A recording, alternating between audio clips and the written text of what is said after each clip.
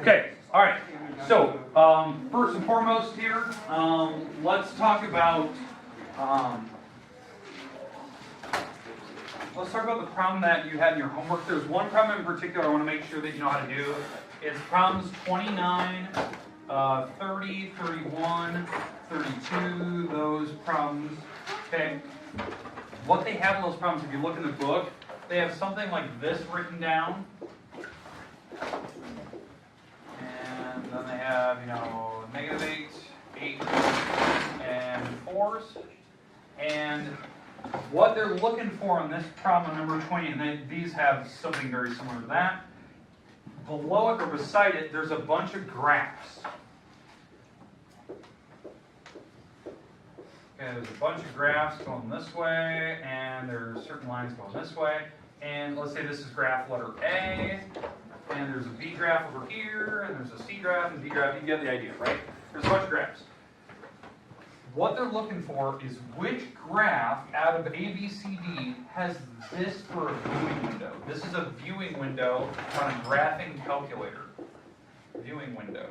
So what I mean by that is that when you look at this, what they're giving you, this is the x coordinates. So this is the x-axis numbers. Okay, this is the y-axis numbers.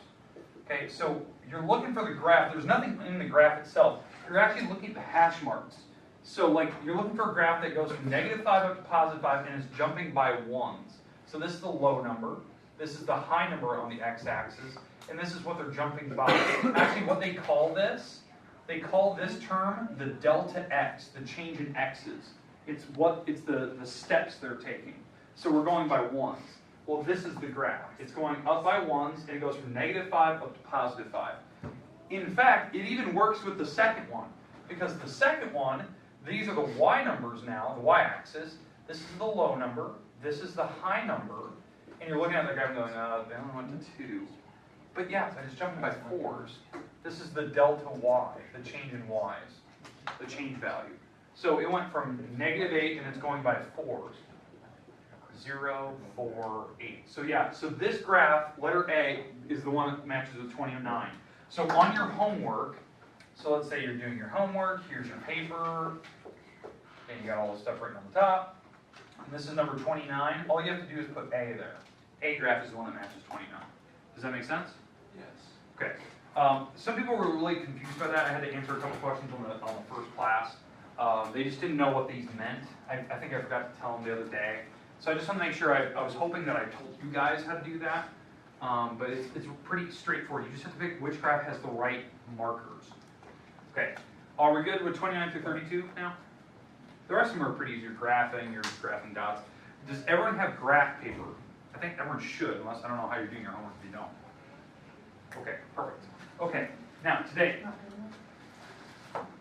let's talk about functions. I want to do the definition of what a function is, and then go through a couple examples of how do you know that we have functions. So if you're looking at the board here, we're talking about, we're going to do all the different types of relations.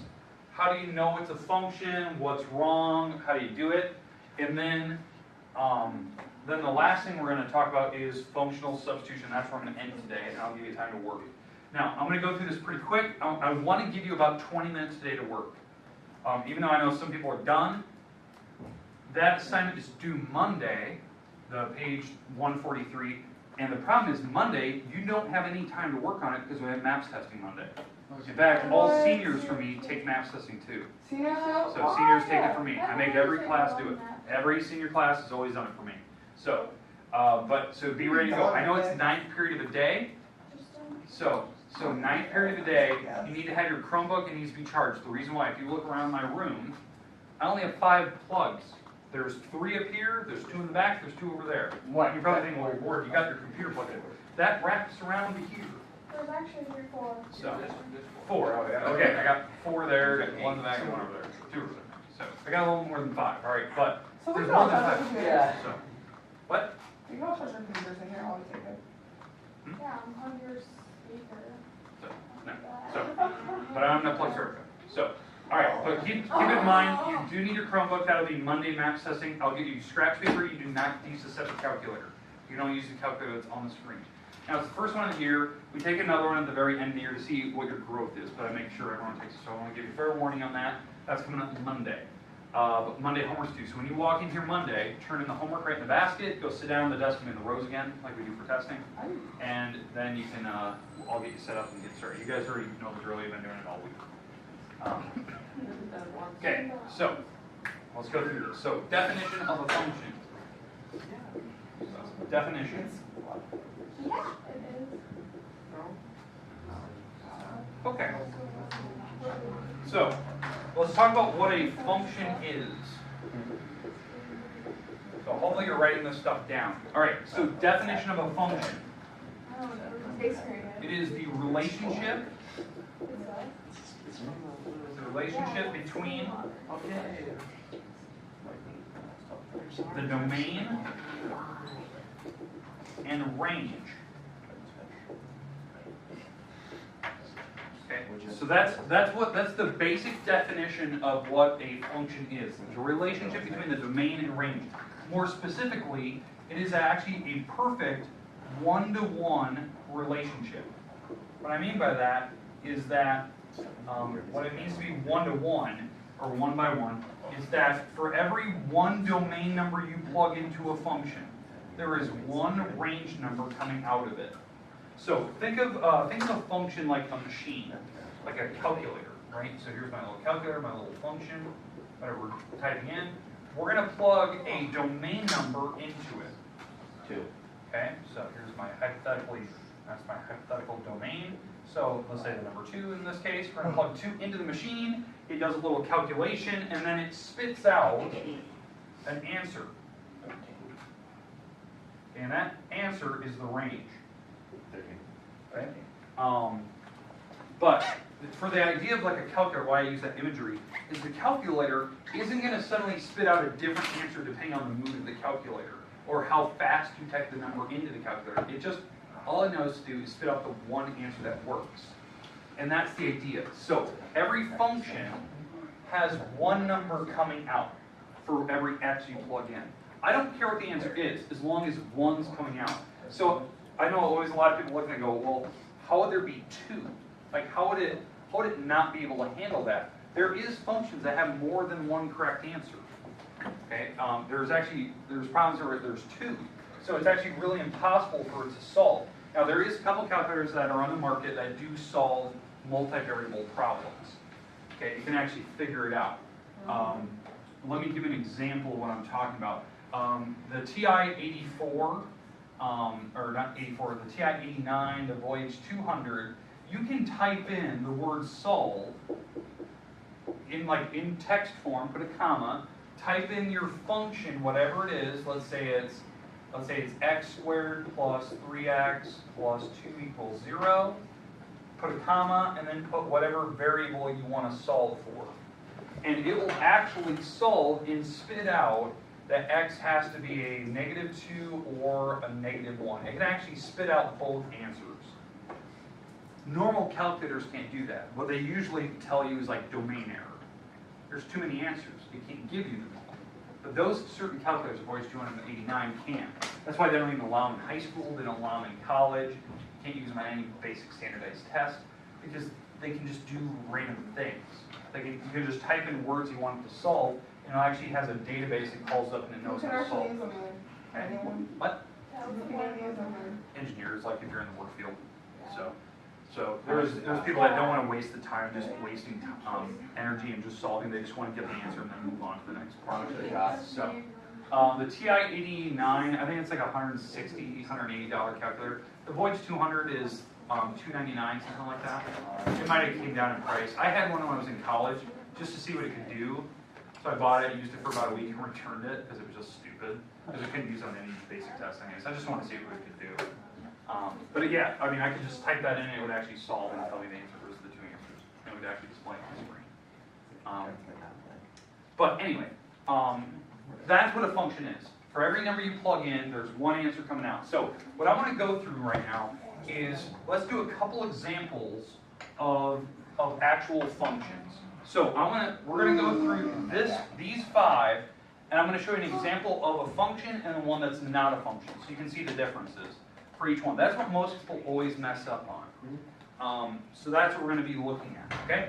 All right, now let's start with coordinates. Now everyone knows what a coordinate is. This is, we're going to check, are the following coordinates, do they develop a function or not? So for every x, there should only be one y number coming out. So here's a bunch of coordinates. They always put in curly braces, and they just have them in list form like this. Okay, so here's my example. Let's put in some numbers here. 2, 7, actually let's go -2, -1, 10, 0, 15, 1, 6, and 15, 23, okay? This is a function. What I mean by that, for every x number, there is one y number coming out. In fact, when you go down the list, every x has a number. I don't even care if a number repeated. So I don't even care if this was a 15 here. I don't care. I don't care that -1 gave me 15 and 0 gave me 15. Every x I plugged in had one answer behind it. I don't care if they repeated. But what I do care about, so that this is a function. That works. That is a function. What I mean by one that fails. So here's an example of something that is not a function. Give some examples again. I'll just do a couple. -2, -2, 7, -1, 15, -2, 0, 1, 6, blah, blah, blah, blah. There is something that caused a problem here. This. That somehow in this function, when I typed in -2, it spit out two different answers somehow. That should never happen on a calculator. Calculator shouldn't make a choice between which answer it wants to spit out, believe it or not. Some people always disagree with that. Like, Ward, I type in a problem all the time and it always gives me the wrong answer. Yeah, because you probably never clear it out. Because that's the worst part about grabbing a calculator from a random pile, is that somebody might have actually typed a bunch of math in there and just didn't hit plus, minus, or subtraction. So it's still programmed in there. So when you pick it up and start typing your math problem, you're just adding to the string of things that people already typed in the calculator. It may have 0 on the screen, but there might have been stuff before it that you didn't even think about. So that's why you always have to clear your calculator when you pick it up. Clear it out, so you know that you're the first one typing stuff into it, so nothing else is behind it. Okay, but that is not a function. The -2 actually spit out two different answers. Does that make sense how you can identify it with coordinates? Now, why do you never write coordinates down? That would be like a data set. If you're doing some experiment in science or math and you're collecting data, some people would actually just write these down. Maybe from 1 foot above ground, the ball that you're dropping, you bounce 6 times. Maybe when you drop it from 15 feet, it only bounced 23 times. Okay, maybe those are the data, and you're just writing down the things, and we'll graph it later. We can look at what the data is telling you. Okay, questions, comments? Okay, so let's go to the next one. So that's using coordinates and knowing whether it's a function or not. And you will have to do that on homework next week. Next thing, if we have a graph.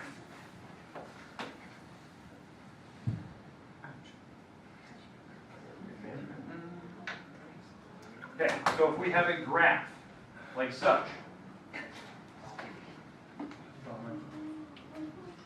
Okay, so if we have a graph like this, how do we know whether we have a function or not? Let me give you an example. This is a function.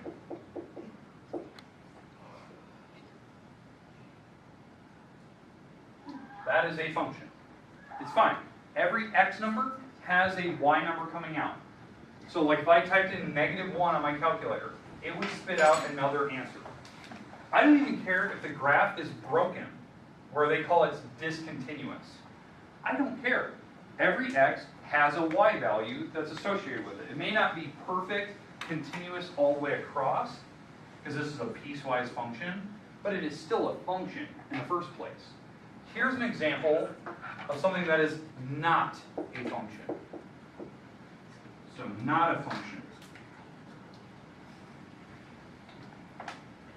That is not a function. Because for some reason, that when I typed in, let's say, -1 again, it's giving me two different answers. How does it know which one to spit out? It shouldn't make that logic choice. But there's two answers in this problem, so that is not a function. We have a test for this, how you can know by looking at a graph other than just looking at the coordinates themselves. It is called the vertical line test. Yeah, it's a vertical line test. You are going to draw an imaginary vertical line. Draw an imaginary vertical line, and if it somehow can hit two different spots at the same time, you have a problem that is not a function. Now, I know there's such a thing as a horizontal line test. We look at that later. That comes up in like the almost the last section of the chapter that we're on. Okay? Okay, questions, comments about a function versus not a function? No. Okay, so now let's go back to the piecewise function because I want to talk about a certain rare situation that could happen. A problem like this.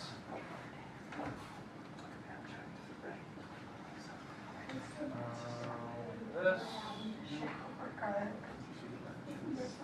Okay, let's say that this is my problem. It is a piecewise function, it's a broken graph.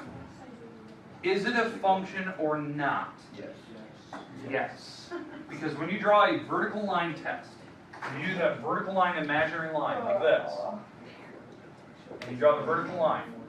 It actually made contact here, and it passed through the lasso there. So, it actually does pass the vertical line test, so this is a function.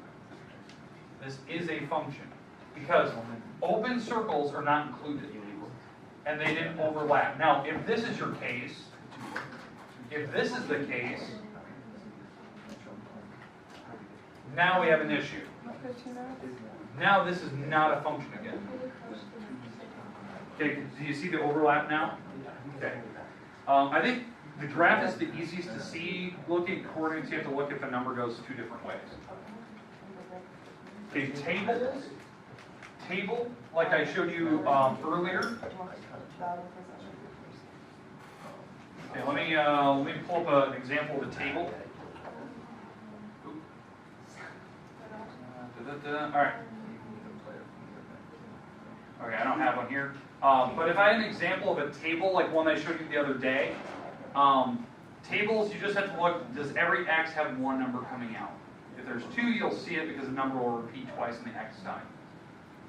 Well, maybe I'll do an example of that maybe next Tuesday. You don't have to. Okay. All right, fair enough. All right, now let's talk about a mapping. You got 2 minutes, Warren. Okay, 2 minutes for what? And then it's 20 minutes. All right. Cameras can only record for about 29 minutes before they shut off, so I always just restart the whole class. So, yeah, you guys haven't had to deal with it.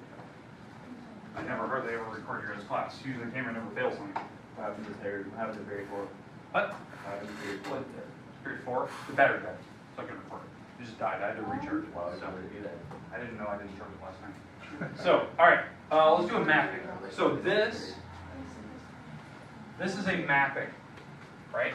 A mapping is when there's two distinct circles. These are the x numbers, these are the y numbers. So that means this is the domain. This is the range. This is the range. And what they usually do is they throw a couple numbers in here. So -3, 4, and 9. And over here, maybe they have a 5 and a 7. And then these things will go to different answers, right? So 3 will go to 5, 4 goes to 5, and 9 goes to 7. Is this a function or not? Yes. Yeah. Every x number has a y number. I don't care if they repeated the y numbers, but every x has one answer. What would make this thing wrong is if this -3 split off and went to two different answers. That is a problem. Your calculator should not make that choice whether it's going to give you one versus the other answer. Okay, now where you'd actually see a mapping, this is called a mathematical map. You use it for like polls and voting. They do that during the presidential elections. The election's coming up in November for all the representatives and senators. The reason being is that they always display, the states, and then they show the candidates and the percents. So they're showing you where certain states are voting towards. And they usually have arrows. Sometimes they actually just have the candidates and they'll just have arrows drawn. Sometimes they have different polling. I always find it odd that during the election time, that news stations actually post all the results and are showing all the data where the trends and stuff are going, because that can actually influence the elections. It can influence the elections by seeing where most people are voting. You know, positive or ill, I mean, it doesn't really matter. I mean, maybe it's the bandwagon effect where everyone sees somebody's voting for this person, so they all jump on the bandwagon. Or maybe it's the opposite, where everyone sees that a lot of people are voting a certain way and they want to go the other direction. They want to try to balance it back out. But I always find it funny that, you know, they show it. It's a part of the, you know, being transparent, so knowing the data of how voting is going, but I always think it skews data when you do that. I think it should be kind of a closed poll until the very end.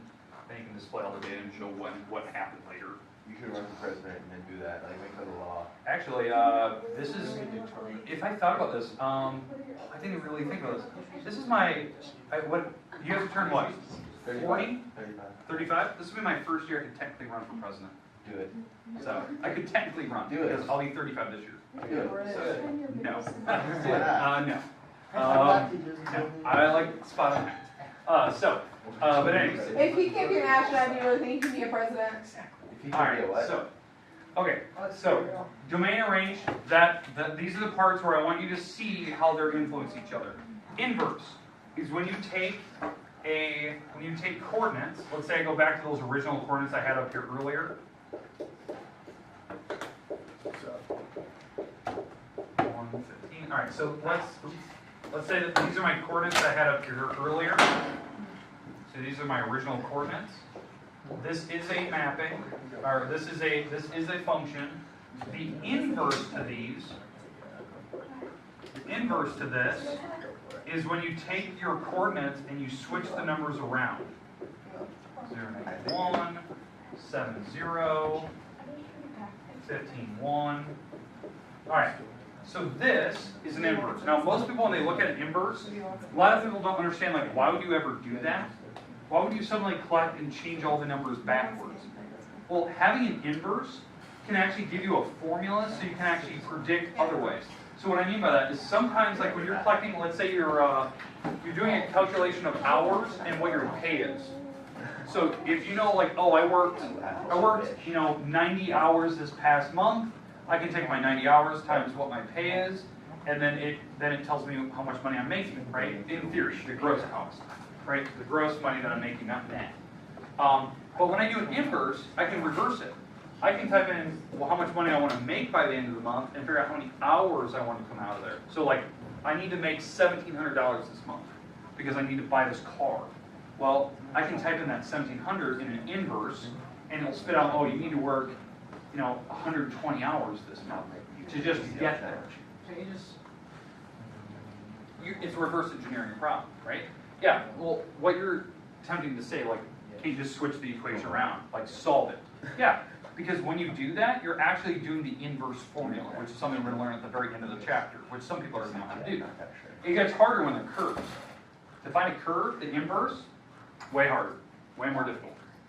Okay, and we'll look at that later this week.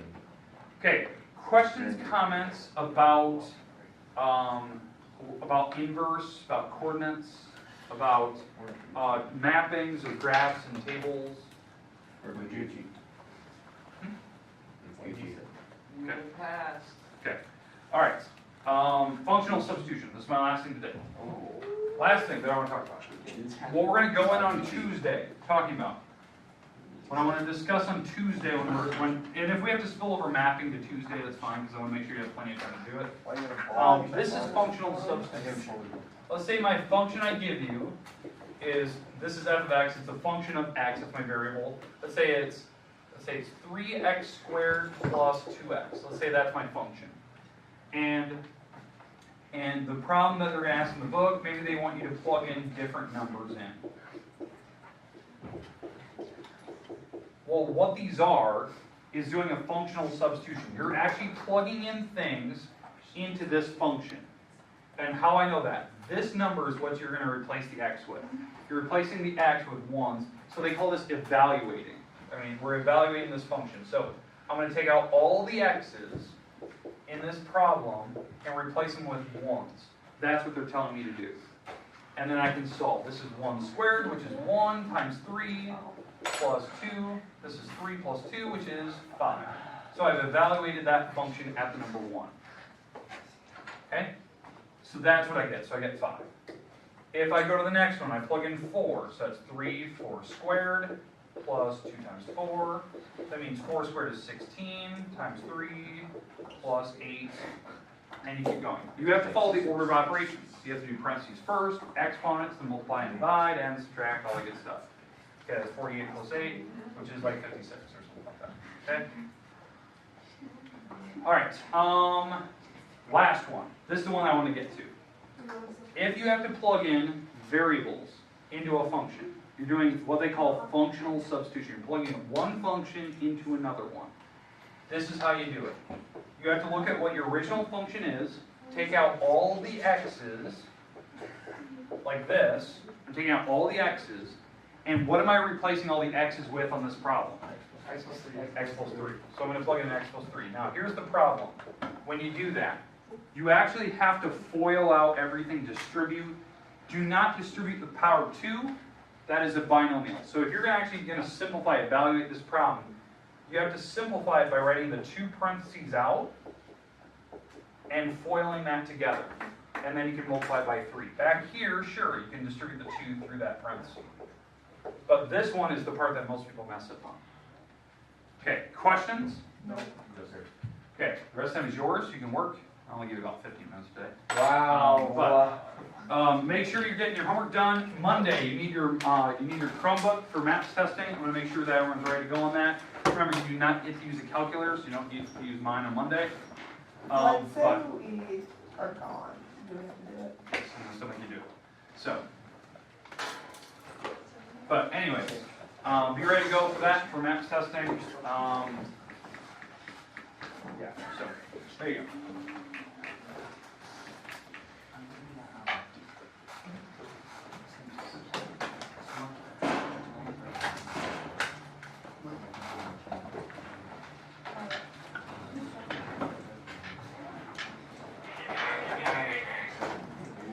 It's right there. Yes, it's literally 1 through 12. And 18. Don't add anything. Don't know.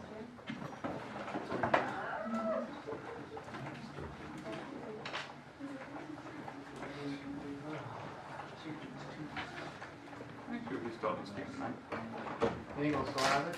It could if it slows down. That cell coming in was pretty big.